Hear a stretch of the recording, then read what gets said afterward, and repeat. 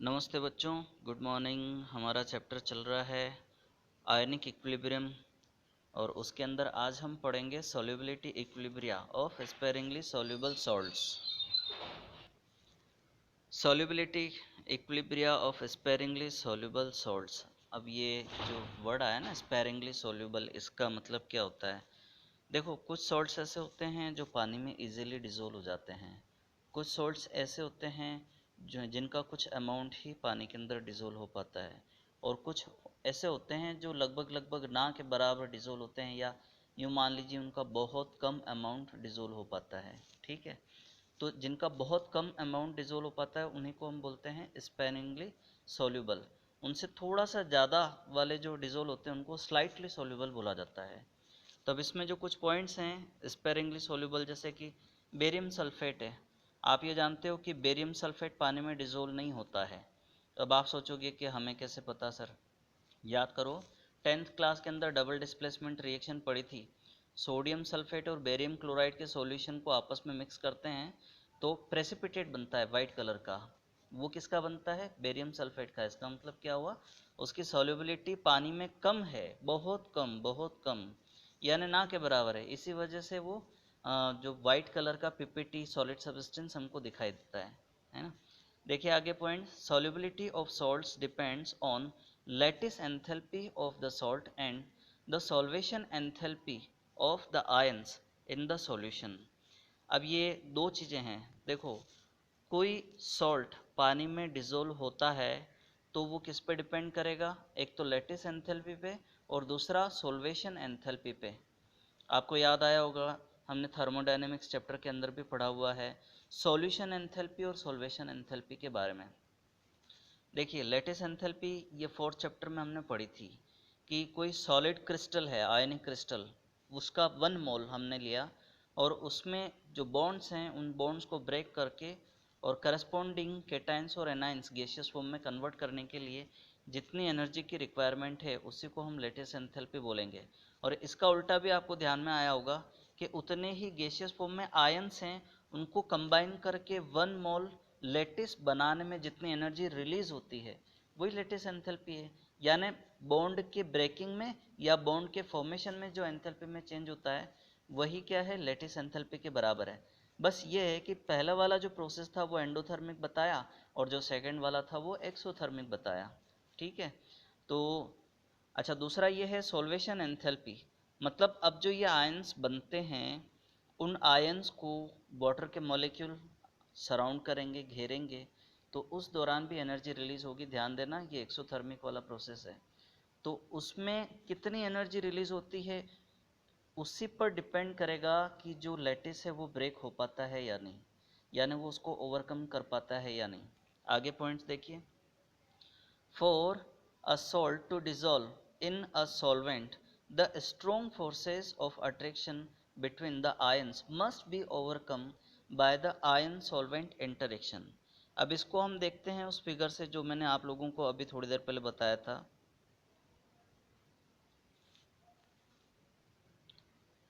देखिए ये हम एनसीईआरटी की तरफ हमने मूव किया है। ये 7 चैप्टर जो हमारा चल रहा है ना इक्विलिब्रियम, उसी का 10th फिगर है, यानी फिगर 7.10 या 7.10 बोल दो। तो ये फिगर ध्यान में रखना। सोडियम क्लोराइड का जो क्रिस्टल आपको दिख रहा है उसमें क्या हो रहा है, ये देखो, ये सोडियम क्लोराइड का क्रिस्टल है। तो वाटर के मॉलिक्यूल, ये वाटर के मॉलिक्यूल है, आपको पता है उनका शेप किस तरह का होता है, बैंड। ये इसमें ऑक्सीजन है और ये वाला हाइड्रोजन है, और उसकी नेचर पोलर है, बॉन्ड उसके अंदर पोलर है। यानी इस तरफ पार्शियल पॉजिटिव चार्ज है और इस तरफ पार्शियल नेगेटिव चार्ज है। तो ये मॉलिक्यूल आकर के इनको घेरेंगे, सराउंड करेंगे। तो आपको इसके अंदर दिख रहा होगा जो क्लोराइड है उसके चारों तरफ हाइड्रोजन वाला पार्ट आया है। मतलब ये जो क्रिस्टल बना है इस क्रिस्टल के अंदर से वाटर के मॉलिक्यूल क्लोराइड को और सोडियम को सेपरेट करके ले जाते हैं। ठीक है, यानी उनको घेर करके।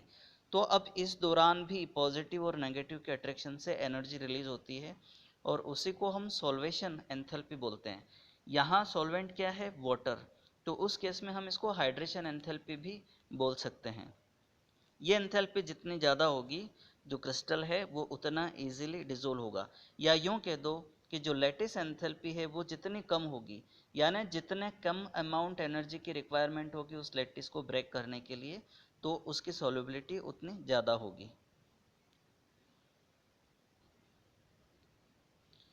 The solvation enthalpy of ions is referred to as solvation, which is always negative, that is energy released in the process of solvation। नीचे की लाइन कट रही है, आप उसको नोट कर लीजिए वीडियो को पॉज करके।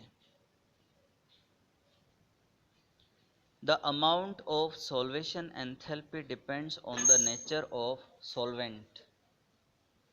सॉल्वेंट किस नेचर का है, उसकी पोलैरिटी जितनी ज़्यादा होगी तो वो रिलीज होने वाली एनर्जी उतनी ज़्यादा होगी।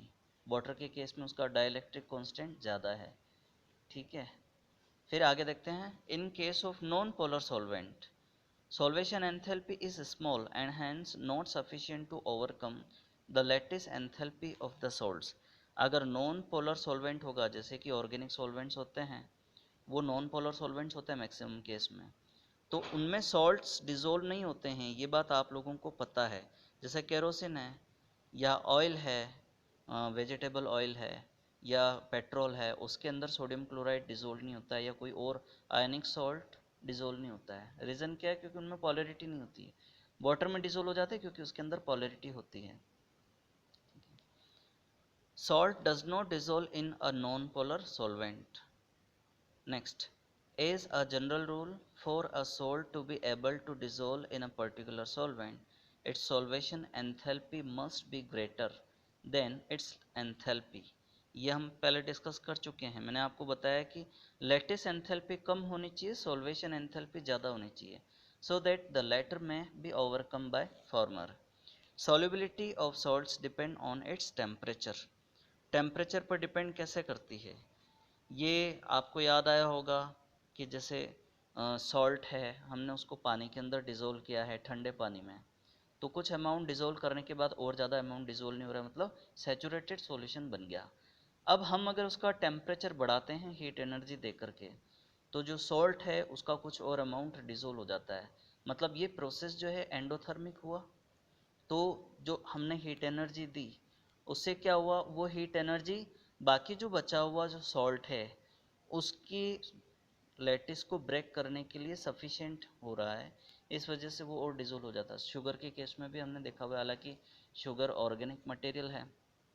उल्टा यानी वो जो गर्म सॉल्यूशन है उसको जब हम ठंडा करते हैं, कूल करते हैं, तो क्या होता है, क्रिस्टलाइजेशन का प्रोसेस होने लग जाता है। मतलब क्या हुआ, वहाँ सॉल्युबिलिटी डिक्रीज होने लग जाती है, हमने हीट एनर्जी उसकी एब्जॉर्ब किया, उसका टेम्परेचर कम किया। तो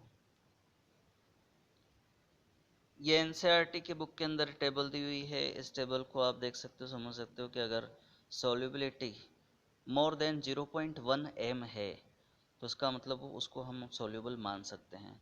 लेकिन अगर 0.01 से लेकर के 0.1 एम की रेंज के बीच में है तो उसको हम स्लाइटली सॉल्युबल बोलेंगे।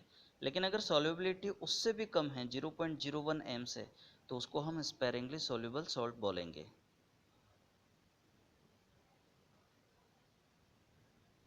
फिर नेक्स्ट आता है सॉल्युबिलिटी प्रोडक्ट कांस्टेंट। देखिए ये बेरियम सल्फेट का एग्जांपल लिया हुआ है। बेरियम सल्फेट वाटर के साथ में इंटरेक्ट करके बेरियम आयन और सल्फेट आयन देगा। ये याद रखना कि इसकी सॉल्युबिलिटी बहुत कम है, इसका मतलब ये हुआ कि बेरियम और सल्फेट के आयन्स भी बहुत कम बनेंगे। अगर हम इसके लिए इक्विलिब्रियम कांस्टेंट देखें तो वो ये वाला है, K equilibrium constant K is equal to barium ions sulphate ion divided by barium sulphate, ठीक है।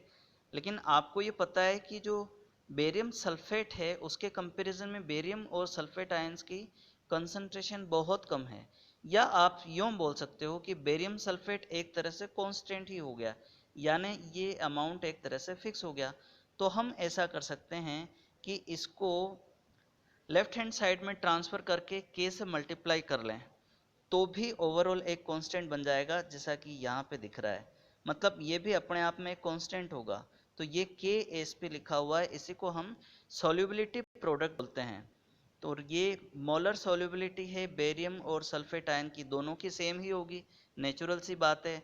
फॉर्मूला इसका BaSO4 है, तो एक तो केटायन बन रहा है और दूसरा एनायन बन रहा है। अगर फॉर्मूला डिफरेंट है, जैसे मान ये तो mx टाइप का सॉल्ट हो गया, तो उसमें जो मोलर सॉल्युबिलिटी है उसको हम रिप्रेजेंट करते हैं स्मॉल s से, तो इसके लिए भी s हो जाएगी और इसके लिए भी s हो जाएगी। अगर mx2 टाइप का कोई सॉल्ट है तो इसके लिए s हो जाएगी और इसके लिए 2s हो जाएगी। अगर m2x टाइप का सॉल्ट है तो इसके लिए 2s हो जाएगी और इसके लिए s हो जाएगी, डिपेंड करता है कि फॉर्मूला क्या है। देखिए बेरियम सल्फेट वाला ही केस लेकर के यहाँ इस चीज़ को सॉल्व किया है। K की वैल्यू 10⁻⁻10 और बेरियम आयन और सल्फेट आयन की जो सॉल्युबिलिटी है, मोलर सॉल्युबिलिटी, वो दोनों सेम है, इसलिए ये एस स्क्वायर के बराबर हो जाएगी। तो मोलर सॉल्युबिलिटी की वैल्यू अगर फाइंड आउट करनी है तो ये जो एस स्क्वायर की वैल्यू 1.1 इंटू 10⁻⁻10 ये है, यहाँ इंटू का साइन नहीं लगा है, ठीक है। तो इसको हम सॉल्व करेंगे, यानी इसका हम अगर अंडर रूट लेंगे तो ये इसके बराबर आएगा। तो हम बोल सकते हैं कि बेरियम सल्फेट की जो मोलर सॉल्युबिलिटी है वो 1.05 इंटू 10⁻⁻5 के बराबर होगी। आगे एक और एग्जाम्पल लिया हुआ है जर्कोनियम फॉस्फेट का, ठीक है।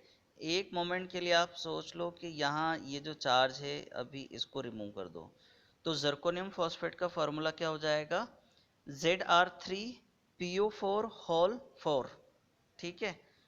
फिर इसके ऊपर ये जो चार्ज है ये दिया हुआ है कि जर्कोनियम पर +4 का चार्ज आता है और फॉस्फेट पर -3 का होता है। ऑब्वियसली क्रॉस करके और आप उसका फॉर्मूला मालूम कर सकते हो, या ये जो दिया हुआ है इससे हम मालूम कर सकते हैं, ठीक है।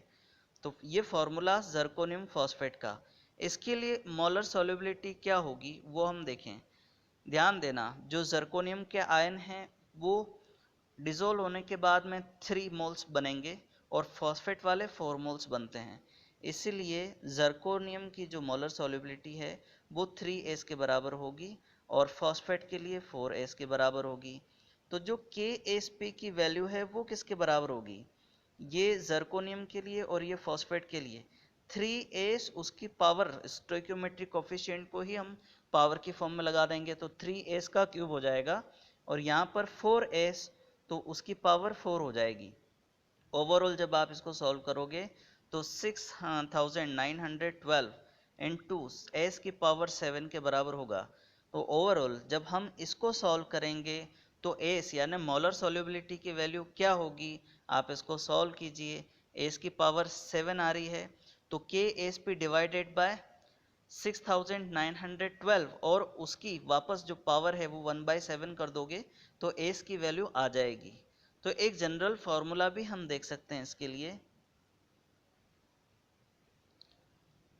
देखिए ये mx और xy वाला एक फॉर्मूला है, ठीक है। इसके अंदर इसको डिसोल्व किया तो इस तरह से इसका आयनाइजेशन हो रहा है।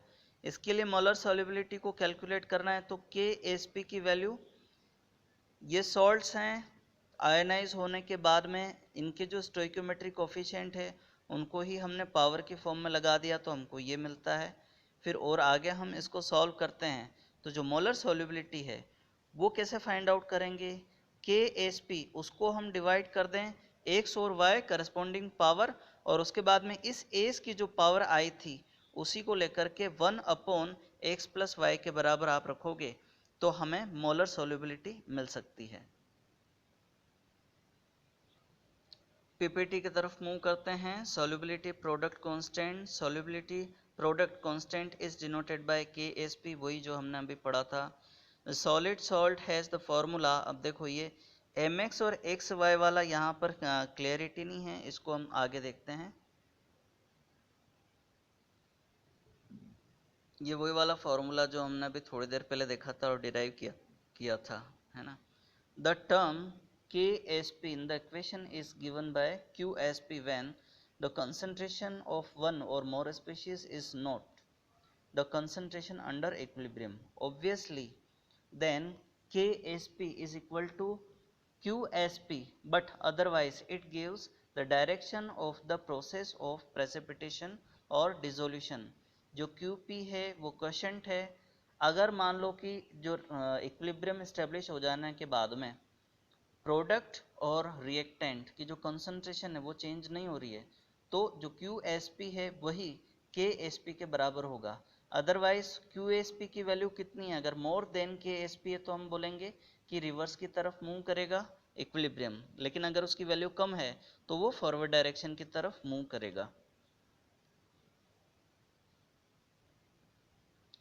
देखिए अब ये जो पार्ट आ रहा है इसको हम देखें, कॉमन आयन इफेक्ट अप्लाई करें, ली चैटेलियर प्रिंसिपल अप्लाई करें, तो जो स्पेरिंगली सॉल्युबल सॉल्ट्स हैं उनकी सॉल्युबिलिटी को कैसे इंक्रीज किया जा सकता है। आगे देखिए points, if we increase the concentration of any one of the ions, it should combine with the ion of its opposite charge and some of the salt will be precipitated once again। ठीक है, फिर next, similarly if the concentration of one of the ion is decreased, more salt will dissolve to increase the concentration of both the ions where it will be again precipitated। दोनों ही चीज़ें हैं। अब अगर मान लो कि हमने रिएक्टेंट साइड में concentration बढ़ा दी है तो क्या होगा, इसकी शिफ्टिंग फॉरवर्ड डायरेक्शन की तरफ होगी, तो नंबर ऑफ आयंस इंक्रीज होंगे।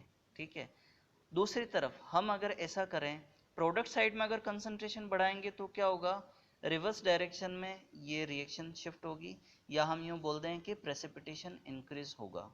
ली चैटेलियर प्रिंसिपल को आप अप्लाई करोगे तो। फिर अगर हमें सॉल्युबिलिटी बढ़ानी है तो हम क्या कर सकते हैं, the solubility of salts of weak acid like phosphate increases at lower pH. Phosphate है, सल्फेट है, ऐसे कुछ सॉल्ट्स हैं जिनकी सॉल्युबिलिटी को अगर बढ़ाना है तो पीएच डिक्रीज करें, यानी हम अगर एसिड मिक्स करेंगे उस सॉल्यूशन के अंदर तो सॉल्युबिलिटी को हम बढ़ा सकते हैं। This is because at lower pH the concentration of the anion decreases due to the protonation. This in turn will increase the solubility of salt।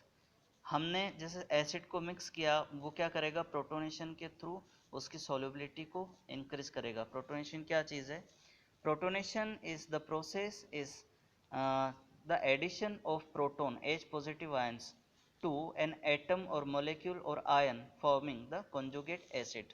उसका, क्योंकि आपको ये पता है कि हमने पढ़ा हुआ है ब्रोंस्टेड लोरे थ्योरी के अकॉर्डिंग, जो कॉन्जुगेट एसिड और बेस के पेयर हैं उनमें केवल एक ही प्रोटोन का डिफरेंस होता है। तो अब जैसे फॉस्फेट है मान लो, तो वो प्रोटोन के साथ कंबाइन होकर के H3PO4 या ऑर्थोफॉस्फोरिक एसिड बना देता है।